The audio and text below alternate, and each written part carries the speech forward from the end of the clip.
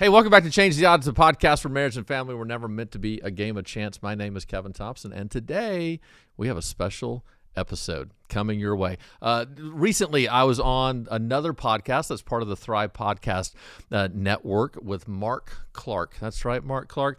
If you're around the kind of the Bayside world where I live and operate, you know that Mark and I pretend to dislike each other whenever we're on stage. There's nobody who makes fun of me more than Mark Clark, and there's only one person who touches me more, actually, and than Mark Clark, and that's Jenny. But he does it on occasions because he knows how uncomfortable I am sometimes with that. But my new book, Love Styles, is out, and so Mark and I had a conversation about this book, about how it applies to life, about what it looks like, and all the things that we're doing. And so it was a fun conversation, engaging conversation. He mocks me, I mock him. We talk about some truth. I think it'll be meaningful and impactful to you.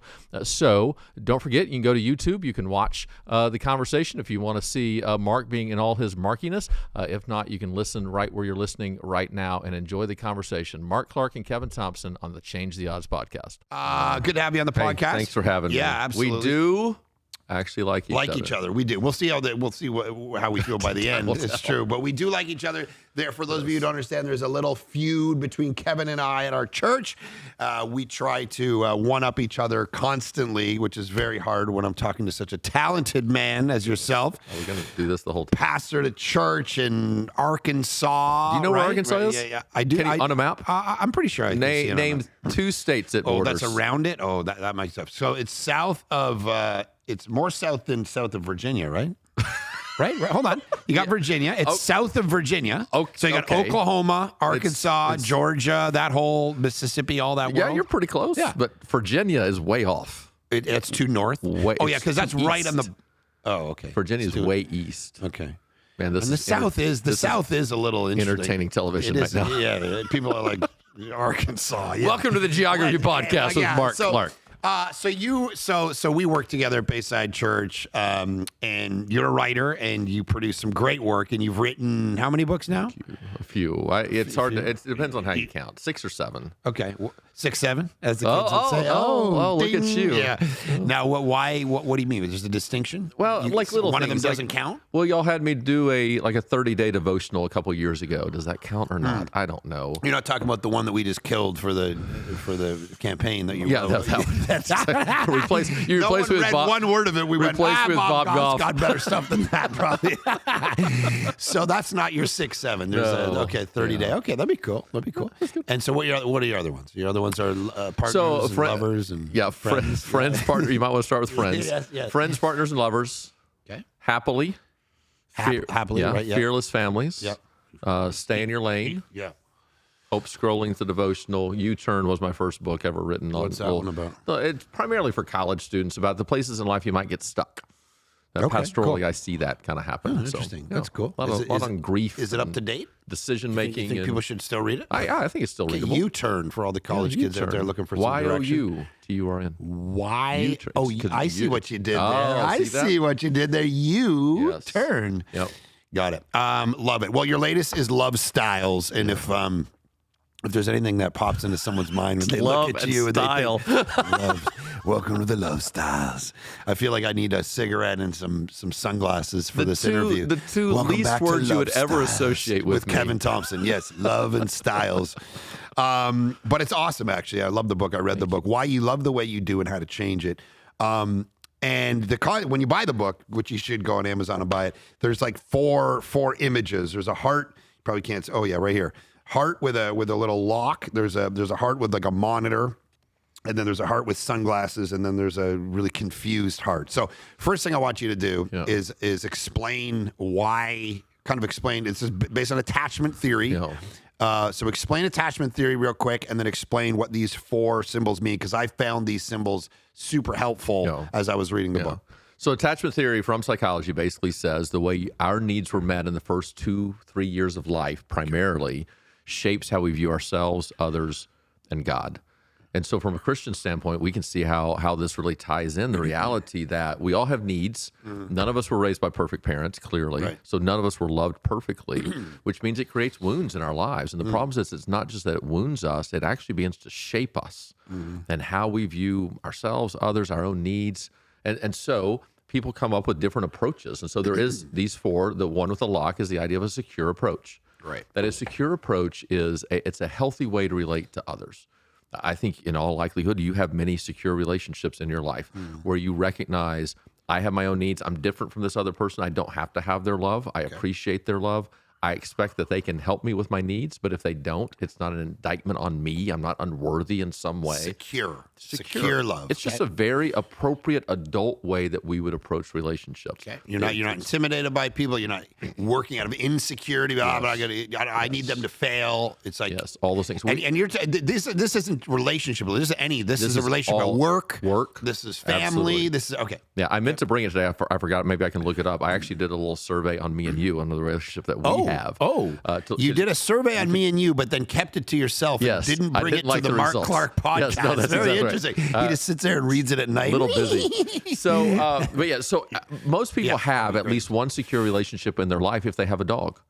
Okay. Because let's face it, you just went through this. I was with you backstage when your dogs were not acting appropriately, right? Your girls were out of town. Yes. Your dogs were tearing things up. They wouldn't come inside. But in that moment, whenever you get home and your dog has torn up a pillow, you don't walk in and take that personally and then give the dog the silent treatment for the next 2 weeks to try to I might have done that, but it's not the way to deal with it. Maybe you have a non-secure attachment with your dog. So we're like, that's a dog. Like that's it's a dog. What happens. It's life. Yeah. That's a very secure approach. Well, the reality is because we've had needs that have gone unmet, we haven't been loved perfectly, that we can have these non-secure approaches. And so the three other icons that you see Next there, one has the one with the little heartbeat anxiety is more or of an something? anxious attachment. Okay, So an anxious attachment is just simply this, is that I've experienced the goodness of love and I'm terrified of losing it. And so I almost have an autopilot now that is so attuned to thinking or seeing any sense of distance and then making sure that we draw you close. But the problem with that is sometimes I can read into some things that aren't really there. So let's say we're in a relationship. You walk in one day and you're tired. You just didn't sleep well. Okay. And I see a look on your face of a weariness. An anxious attachment would look at that and I would think, what did I do? He wasn't his jovial self whenever he greeted me in this moment. Is there something that I did? Sure. So I'm actually reading into something that may or may not actually be there. And I'm going to try to close the gap because if you distance yourself from me, I feel threatened. So is this so you might have that, you might have an anxious attachment relationship with me. So when you see me being weary, you immediately think that. But what if Morgan or somebody else walked in the room? Yeah. So what, you have a different attachment with her? Yes.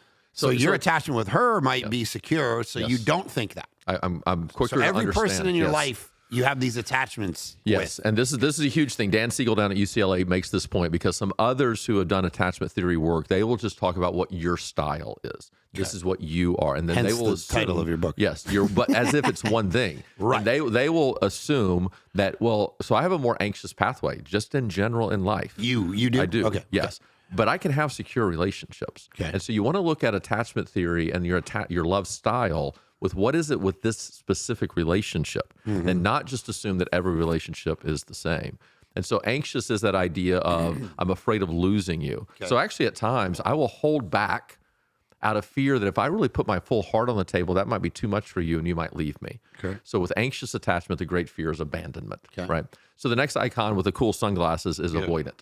Avoidant. It projects very strong. The sunglasses are saying, because I remember one person read into that symbol and said, "Oh, that looks like they're cool. Everything's cool." Yeah. And your whole point is, no, you can't see the eyes. That's the distance. You're trying to distance. You're projecting something that and what's isn't it called? actually What's that true. style called again? So it's avoidant. Avoidant. Yes. Right. So I'm Jack Nicholson. I'm wearing my. I don't want you to see my eyes because you're going to read into my insecurity, my life, that I'm a messed up person. Exactly. Right. Okay. So avoidant is this idea of I felt the pain of love, and I don't want to feel that again. Okay. So I'm actually going to keep intimacy at a little bit of a distance. Sure. Because if I let you too close, you might realize I'm not worthy enough. Sure. I'm not good enough. Right. And so basically, I'm not going to desire intimacy because intimacy to me is suffocating. Think about the old idea of with marriage. It's the old ball and chain. That's an avoidant approach. It's assuming now that marriage is going to be so demanding of me, and it's going to limit my life and my freedom, right? So somebody with an Which anxious, it totally does, by the way, if you're thinking about getting married. So somebody with an anxious Kidding. pathway is going to think life is found in the relationship no matter what. Right. Somebody with an avoidant pathway is probably going to think life is actually found in me as an individual. Right. As long as I can be my own man, I don't need anybody. Okay. And then finally, you have this idea of disorganized. And disorganized oftentimes is the byproduct of maybe abuse or neglect, addiction in a home. It could be mental health issues among the parent or also among the child. Could be an undiagnosed learning disability among a child that the parent doesn't see, which causes friction in the relationship. What's it called again? Chaotic? Disorganized. Disorganized. Right? Okay. And so what happens there is... Did you come up with these phrases? No, these are you use psychological ideals, right? And so with disorganized, you're going to experience the extremes of both anxious and avoidant with a lack of predictability. So somebody with a disorganized attachment desperately wants to be loved, but is terrified by it. And so you see this in children where, especially if there's been abuse, they still need the affection of their parent, but to get close to their parents is a dangerous thing. Sure. And so they don't know how to respond or react. And you can really get a good amount of dysfunctional relationships whenever you have this kind of disorganized attachment. So people often talk about the 4 love styles, and rightly so. Okay. I like to look at them primarily as 2, secure and insecure, secure and non-secure. Okay. So the desire is for us to develop secure pathways with everybody that we're in relationship with, ourselves, others, and also God. Okay. But we all probably have some tendencies where we can drift into some non-secure patterns, and you're more prone to some over than others. Now, I can be anxious and avoidant. I really can. I don't think I'm disorganized. I can do both, but I'm primarily more anxious. I'm more anxiously attached to you than I am avoidantly attached. I think you're securely attached to me. I think you're securely attached. I'm safer. Right, No. Why is that? So Do you think I'm that way with? I like think when you observe me in the office place or Yes. whatever, what is your assessment of my style with people? I think if we went general pathways, you tend to be more secure where I tend to be more anxious. So you tend, and this is going to break down the projection that many people have of Mark Clark in that. Right. You are extremely empathetic and caring, compassionate toward other people. That's a side. Don't tell anybody. That's a side that most people don't see. Shtick here. Right. But let's face it, you are not moved by my frustration. It doesn't bother you in any way whatsoever. You're like, look, I'm going to do my thing. It's not a big deal. He'll get over it. That's his problem, right? So you have a good idea where you're empathetic toward me, but at the same time, you don't take on my emotions and allow them to impact yourself. That's a very healthy, secure approach. Right. Whereas if you're unhappy with me, I can feel like I need to manage your emotions. Like, oh my goodness, what have I done? How can I make his life easier? I don't want to be too demanding. You want to make up for it. He might leave me in some way, and So where does that come from in your story?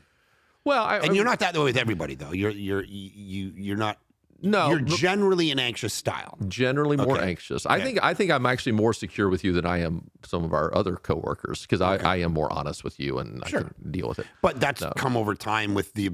Yeah. We've gone out for dinners. We hash things out. Trust. We yell at each other. We move on. Yeah. So there's been one yells, but yeah, I don't yell. That's just my default volume. Though. So, but you've experienced something over time that maybe has evolved. Like it might not have been that day one. No. So here's the great thing is you're not stuck in these styles. While these are formed, they form the autopilot is the way that I describe it. Yeah. Is basically we make assumptions about life and we go through life in that way. We don't even recognize that we're making those assumptions. Right. It just feels natural to us. Okay. Well, where those come from is our families of origin. This is how we survived. Right. And it worked and we were able to navigate what we experienced.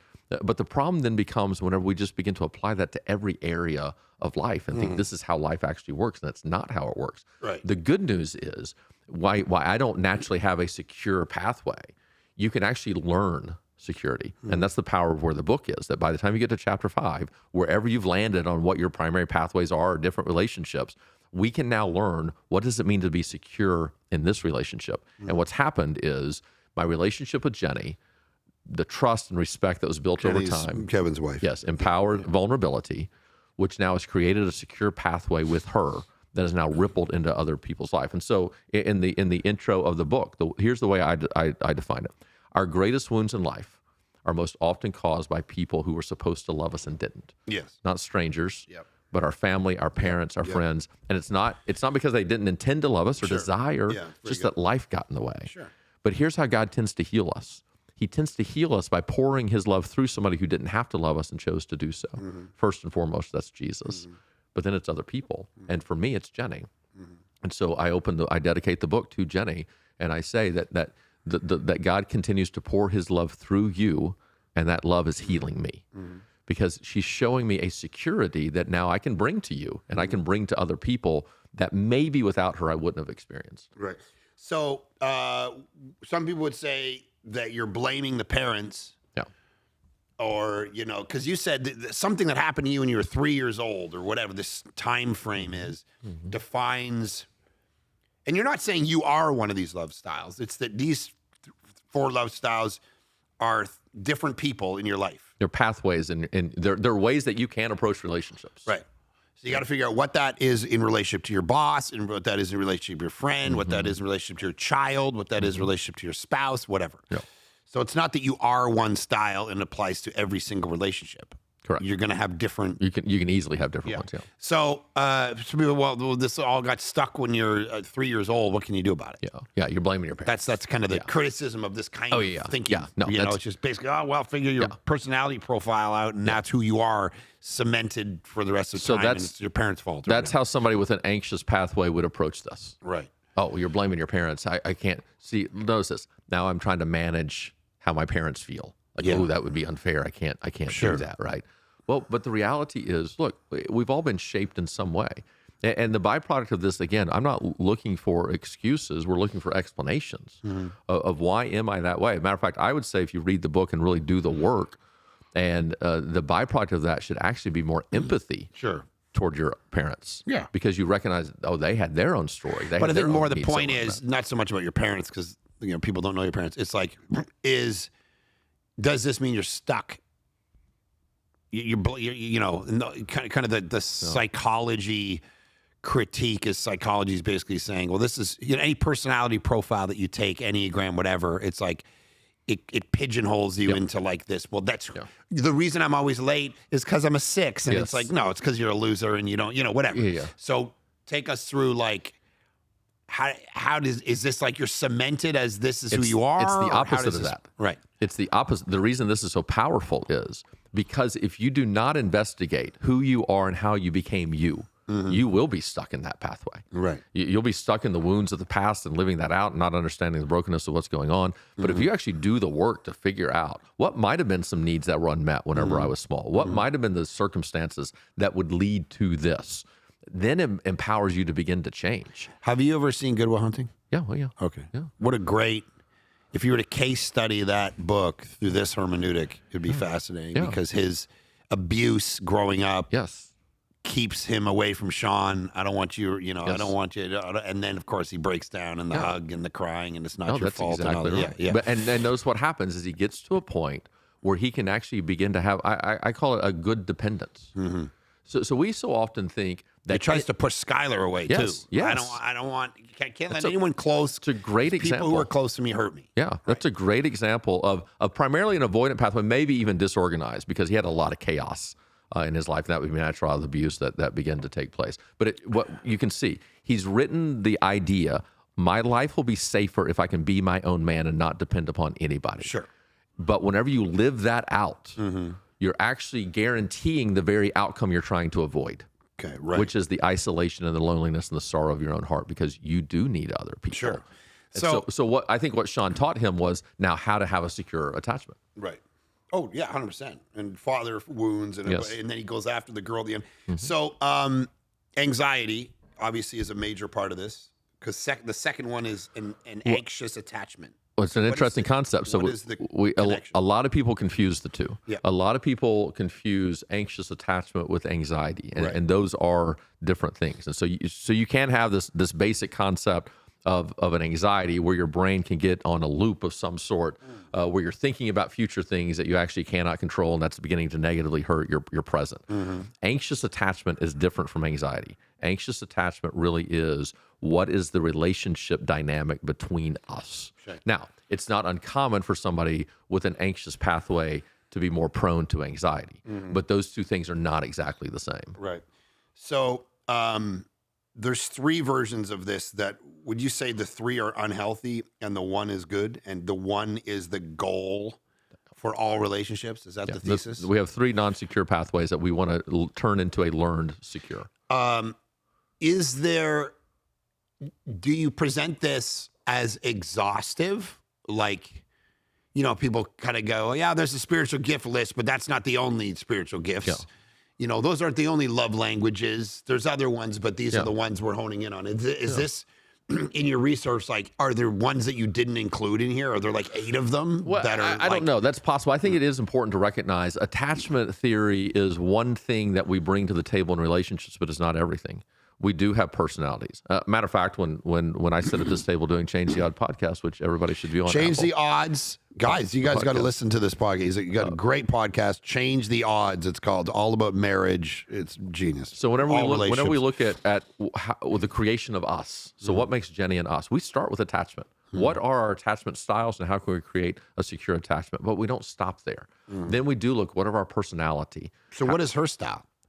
Jenny has a very secure pathway.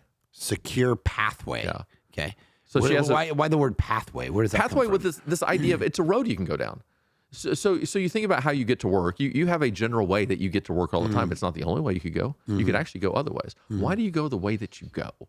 Well, something is in you that has trained you to go in that way. It might be the best way. Maybe it's not the best way. It's totally the best way. It's the quickest. So this idea that we have multiple pathways in our lives, we have choices of how we can go down. Dan Siegel uses this illustration. Imagine there's a snow-covered hill. You're going to go sledding. You go to the top of the hill. You can sled down anywhere you want. It's just snow-covered. Sure. So you sled down, you come around, you walk back up. Now you can still go wherever you want to go. Where are you most likely to go? Down the groove you just went. So you go down it again, you come back up. Where are you most likely to go now? Well, now if you go down that groove, you actually go faster because it's kind of grooved in, right? I'm Canadian. I grew up doing this. Yes. Okay. I'm so over. You got it. So you're the 800th time you go to the top of that hill, you can still go down any way you want. Sure. Which way are you going? You're going down the way you can. Right. So that's the idea of a pathway, is that there are these ways that feel natural to us that could be helpful in some circumstances, hurtful in others. But left to our own devices, we don't see the difference. And we just do what comes natural to us every time. And then it ends up creating havoc in our lives, and we don't understand why. So if Jenny's a secure style or pathway, does that mean in all relationships or just with you? Like, how does that? That means work? That's her tendency to be that way. If you were to meet her, those kind of things. But she still has the ability to go into a non-secure pattern. So if she's tired, if there's friction in a relationship, if things are happening within her life, that she can still go into a negative way. Right. And I think for her, in some relationships, she tends to be a little bit more anxious. Others, she can be pretty avoidant as well. So why is she so secure? Is it her upbringing? I don't fully know. I mean, absolutely, but it's. I mean, I was about to say she came from a great family. Well, I came from a great family, right? But there were different circumstances, right? There was a divorce that happened early on in my life, and so in all likelihood, there are needs unmet. I think about this within my own family. Think about my youngest son. Obviously, Jenny and I love him tremendously, right? And yet he's born. He has a sister who's what, 3 or 4 years older than him with special needs. In his first couple years of life, we lived next door to my grandparents. He's very close to them. Both of them die. Jenny's dad gets a brain tumor. He dies. Within his first 5 or 6 years of life, 3 of the most important people in his life die. Right. And so now we're raising him. Is it possible that he had needs in his life early on that went overlooked, not because we didn't love him, but because we were managing his sister with special needs? Sure. We had our own business. We had our own church. Yeah. Jenny's grieving the own loss. I'm dealing with my grandparents. Right. We have all these things, and life got in the way. Well, that's going to shape how he views himself, others, and God. And so even though he came from a great family, he's going to have to one day kind of walk through this and go, all right, what are the misconceptions I have about love? And a lot of that is this. We come to misconceptions. And so we assume because love hurt here, love's always going to hurt in that way. Right. And that's not true. So what would be the least on this spectrum? I don't know if spectrum's the right word, probably not, but that you would be the least of these. I would probably avoidant is the least. I have the ability to be that. I mean, disorganized. Disorganized is hard because it's just anxious and avoidant to the extremes. So I doubt I'm that. But I lean a little bit more anxious than I am avoidant. But I have the ability both ways. So why, like, what's the connection? We're the most connected generation of people. Now, just talking about relationships in general with human beings. And yet we're the loneliest. Yeah. How does that connect to this? Yeah. I think it falls into it in many ways, because here's what I think happens think about what has connected us, right? We're talking about social media, primarily technology. Yes. Well, the problem is that technology now will exploit the non-secure forms of attachment. Okay. So if you have an anxious pathway, you primarily have an anxious pathway. Yeah. Social media can wreak havoc with you in that you can live in a constant state of observation and allowing how other people are projecting a life and allowing it to impact you. So you might post on social media and begin to look how many people liked it, how many people commented on it. I mean, imagine your world if you lived with an anxious attachment and the comments that you get on social media by people who have no clue who you are or what you're about, just attacking your heart in every way. But if you are more prone now toward an anxious pathway, you're going to be ruled by their opinions, right? Well, on the other hand, so social media technology exploits that, of course, and makes it very unhealthy. So you'll have all these relationships that really probably aren't real. Right. At the same time, it can meet the social needs of somebody with an avoidant attachment while keeping everybody at an arm's distance. Right. So yeah, look at all the connections I have. Yeah, but who mows your yard whenever you're sick? Yeah. Well, I got nobody. Right. Why is that?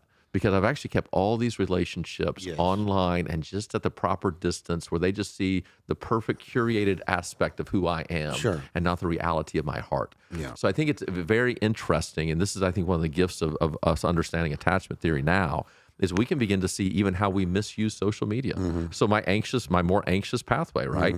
Whenever social media first came out years ago, right? I'm posting, I'm staying in contact with everybody. It makes pastoring easier and more fun. People start blasting me that really don't know me. They start blasting me, and I am ruined by it in part of how can I manage their opinions and how can I make sure they know that's not who I want to be. And literally now it's hindering my own well-being as I'm living out this non-secure pathway. Right. Which is true about, I mean, anybody, whether you're insecure or whatever pathway you are in, people slamming you is going to be tough. Yeah. Anyway, which one do you think? Do you think you lean? Let's say I think you're primarily secure, but anxious or avoidant. Which one are you more prone to? It's a good question. There's times I think it's natural to be like, did I frustrate them, and what can I do about that? And they're off or something. Is that my fault? Can I do anything about it? I think that's natural. The avoidant one would probably be preemptive in some way. Like I find myself like I have enough relationships where I don't need a whole bunch more avoidant style. Or if there's a conflict scenario that I'm like, because I think the way my brain works, it's relational, but it's strategic, Like everything to me is about strategy. And I don't mean that like maliciously. Like I'm like, how do I get something out of this? Just what's going to be the best end result? So I could like sit there in my brain and go, what's virtuous is I should text this person back and tell them X, Y, Z, or I should make this decision because it's right. But then my strategy brain goes, but if I chill for a little bit, like maybe I'll just make sure I don't meet them for a week or two and things will calm down. And then the next time we meet, it'll be fine. It's not like a personal thing. It's like, but that'll get us to where we're both wanting to go quicker. So I'm constantly compromising strategically to get to some goal. And it's not driven by what's the right thing right now. Well, I think so. I don't know what those are, but there's sometimes avoidance. Well, that's the next book in part because you're getting into now what I would call your lead style. So your love style is literally how do you deal with relationships. Your lead style now is your personality. Right. And those two things now come together to really form the primary aspect of who you are Right. is going to be the combination of your temperament and your attachment. That's going to be the fullness of your personality. Yeah. Is going to be temperament plus attachment equals the fullness of your personality. Yeah. I would say you have a tendency sometimes joking, I get, but I think somewhat what would you think? truthfully Yeah. is as you're preaching, you will say, I don't care what you think. Sure. And I'm like, yeah, that's your avoidant attachment. Avoid. Yeah. Meaning, and so what he's talking about is in my preaching, I'll look at the audience and basically say, I don't like people, or I don't care about any of you. I can't remember your names or whatever. So what are you saying psychologically? What am I doing there? To some extent, you're diminishing how much you do truly care for others as a way to protect yourself. From what? From hurt, from judgment, from all those things. Yeah. So if you don't care about what they think, maybe they won't actually say the bad things about you, or Because they I won't care. I yeah, won't read it anyway. You can email me. Yeah, but it's not going to matter. I'm not going to read that email. Yeah, and you're really trying to cut down the number of email that you get because you do actually care. I do care. Yeah. But I'm not sure it does help with the amount of emails that you would get if you said something like that, because some people, they'll send an email about that where they wouldn't have before. You're a pastor. Why? What are you talking about? How do you get? Well, you should go do something else then. If you keep telling us you don't like us, why don't you go into another job, you idiot? Well, I mean, that's just the email I send you, though. I mean, that's a whole different thing. Yeah. Yeah, that's fascinating about the psychology of that. Where in my brain, I might be trying to do that. I might also be trying to go. I might be trying to tell the audience. This is sometimes what's in my psychology, right? And this sounds virtuous. I'm not trying to be virtuous. I'm just trying to exegete my motives. Oftentimes when I say something, what I'm trying to do to the audience is almost give them permission for themselves to be okay about something that someone on the stage never represents. Yes. So no one from the stage would ever say, I don't like you. Why would they say that? But lots of people are sitting there not liking a lot of people. Yeah. And they're like, I can't connect to this. This person on the stage is so perfect, and every illustration is perfection, and this and this and this. But he's almost giving me permission that it's okay that I don't like people. I don't know what, there's some people out there that's like, they're not being reached by church because we talk in a certain way or we emphasize certain things. Yeah. And it's like, oh, thank goodness. I connect with that. He's Yeah. giving me permission. Why don't I like people? That's kind of weird. Yeah.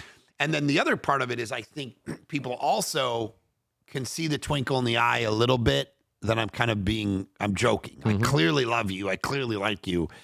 I'm just kind of playing a part. Yeah. And it's a bit of which is why when I get the opportunity to teach preaching, there'll be a room full of preachers, and we're exegeting kind of like with this principle or that methodology, and it's like the worst thing you could do is take one of my sermons and transcribe it and get up and preach it. Oh, yeah. It would be awful. Yeah. Because coming out of your mouth, not yours, but some of these preachers, it would sound awful. Oh, it would sound horrible. Imagine if I just begin to read Mark Clark lines. Right. It just doesn't work. But it's the whole demeanor. It's the twinkle in the eye. You can kind of see he's being sarcastic. He's joking. He's blah, blah, blah. And so anyway, all that to say, it is interesting to try to kind of deduce, the reason you do these things. So I think I have some secure relationships. Obviously, I don't have all of them, or I act with some people like this. But I can even look at my kids. I can look at my kids and say at times I have a more anxious pathway with one of my children than I do the other. Sure. And it's a very interesting thing to begin to look at. And I can even think to myself, why you need to parent. What would you do with the other kid? All right, you probably need to do that here, actually. And not based on who they are differently, but based on I need to be the same person. So let me ask this question, the gender question. Do you think there is a proclivity to men having a particular version of this versus women, or women versus men? What do you think the majority of the population's walking around out there? I think the perception is that that's the case. I haven't seen any study that would say that's the case. I would say traditionally the way we would tell the stories, it's the woman is anxious and the man's avoidant, and that's the way it goes. But I think within that you do have a lot of cultural expectations that are in as well, because this really isn't necessarily what you're showing as much as what's motivating you and driving you. Sure. And so I think women can be more avoidantly attached and still project a care and compassion, whereas I think men can be more anxiously attached but just hide it well and not show how they're being driven. So whenever we break down on the podcast, we'll break down fights. Right, so people text in the on fight. your podcast, Change the Odds. Yeah, I keep on bringing that up. Yeah, Change the Odds podcast. Yes. And so it's not uncommon at all for me to say, "Hey, look at how anxious this man is acting in this scenario." Even though we would assume generally it's women are anxious and men are avoidant. So let me ask you this: I think there's a whole very fascinating world for people to think through that breaks up the stereotypes a little bit between men and women. About why is it that men have an attachment to one another?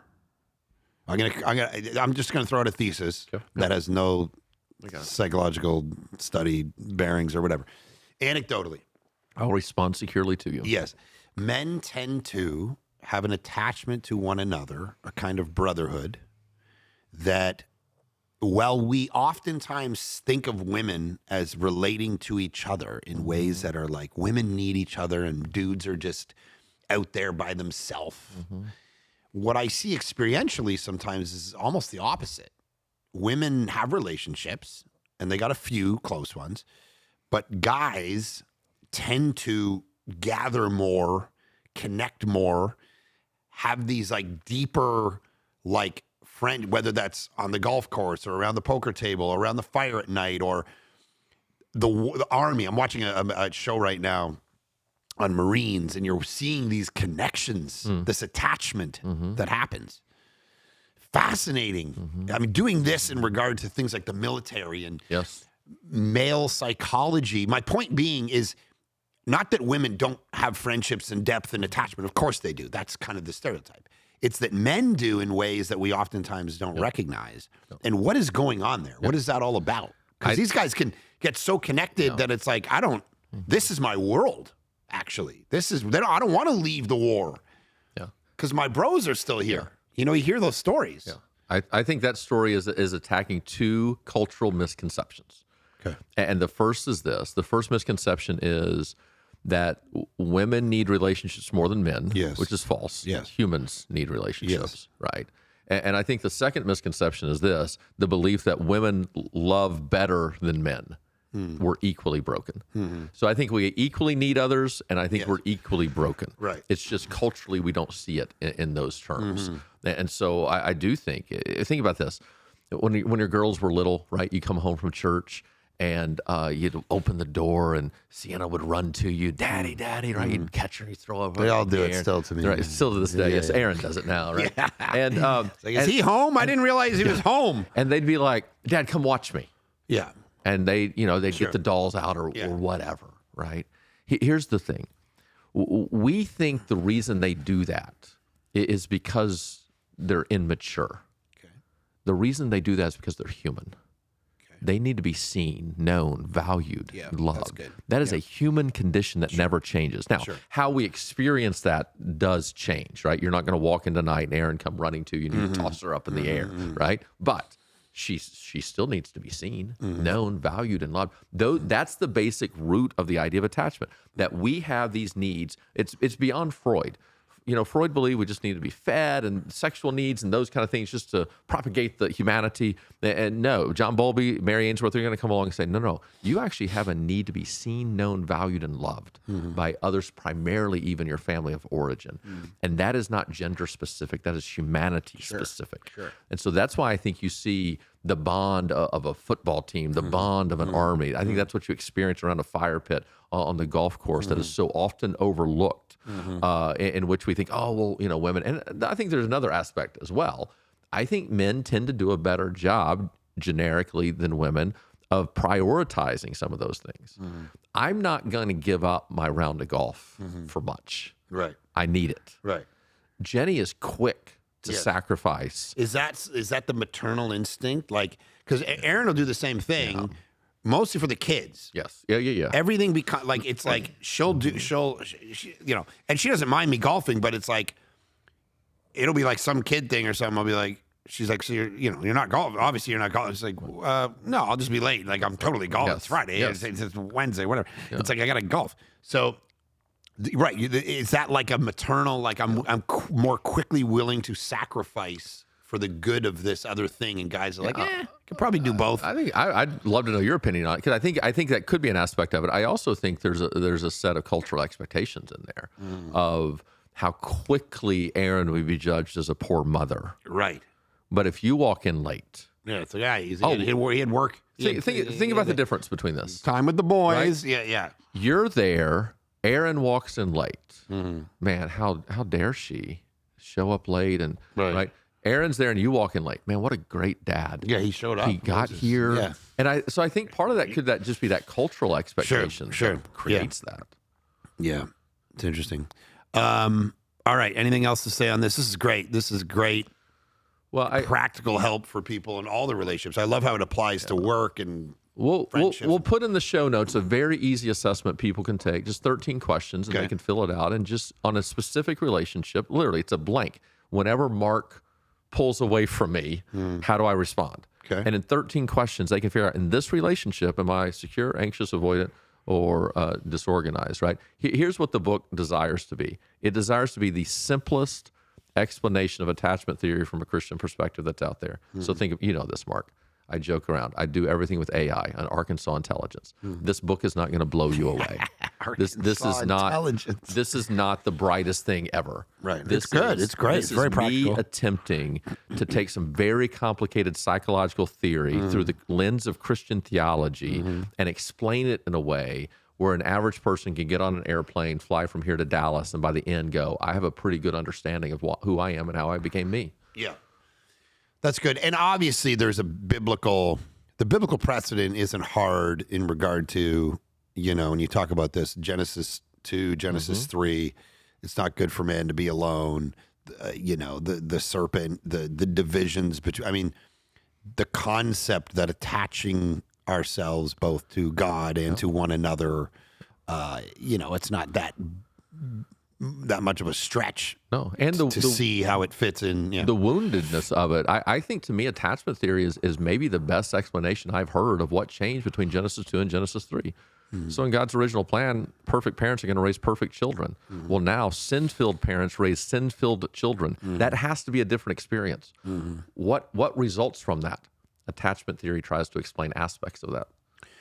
So how does this, we talked a little bit about social media earlier, but so the epidemic among us for more isolation, and that's probably than there's ever been in regard to like people who they're okay just sitting at home scrolling, dopamine hits.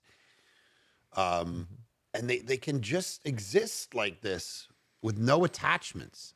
Yeah. It's a fascinating, and even as we get into AI and this relationship that people are talking about of having with Grok and whatever systems they're talking to as they drive, and they're learning and they're affirming and they're saying this is bots and girlfriends and boyfriends, whatever's going on. How is this bad? Like, I've got to assume it's bad. Yeah. Not just because it's new. Yeah. Isn't this bad for us? It is. Like what? Isn't it another one of Satan's counterfeits? Right. Isolate you away from people. He's not denying that you have these needs. Right. It's that I can meet these needs in a way that requires no vulnerability from you. Right. And so why be risk? Why be in a truly vulnerable relationship with a real woman who could reject you? Right. When you could be in a relationship with this AI bot who is going to literally be programmed to tell you everything that you want. Yeah. Yeah. And so... But the fact that it's not... What I don't understand about the psychology of this is it's not real. It's synthetic. It's not a real person. And isn't the whole game of life about... It wasn't easy to get this person in my life. Yes. It wasn't easy to keep this person. It wasn't easy to gain their respect. It wasn't easy to get their love, but I did it because I worked hard. Isn't that the win? No, I absolutely think so. But here, versus but the win is, here's the problem, I think, is the win is experienced down the road, and all we see is hardship. I think about the parable of Jesus, right? The idea, you have a narrow road and a wide road. Well, why would anybody take the narrow road? It's harder, right? Why? Because it leads to life. Sure. So why would you go through the struggle of asking out a girl, of being in a real relationship where you're going to mess up and they're going to see what's wrong with you? You're going to have to apologize and learn and grow because it ends to real life. Because here's the truth. Nobody's ever going to dedicate a book to an AI and say, the love that God poured through you has healed my heart. But that can happen with a real person. Maybe they will. I mean, we're only. It won't be true of it's not substance. real. It's an avoidant pathway now of how can I protect my heart? Because what we're ultimately afraid of is we're afraid of pain.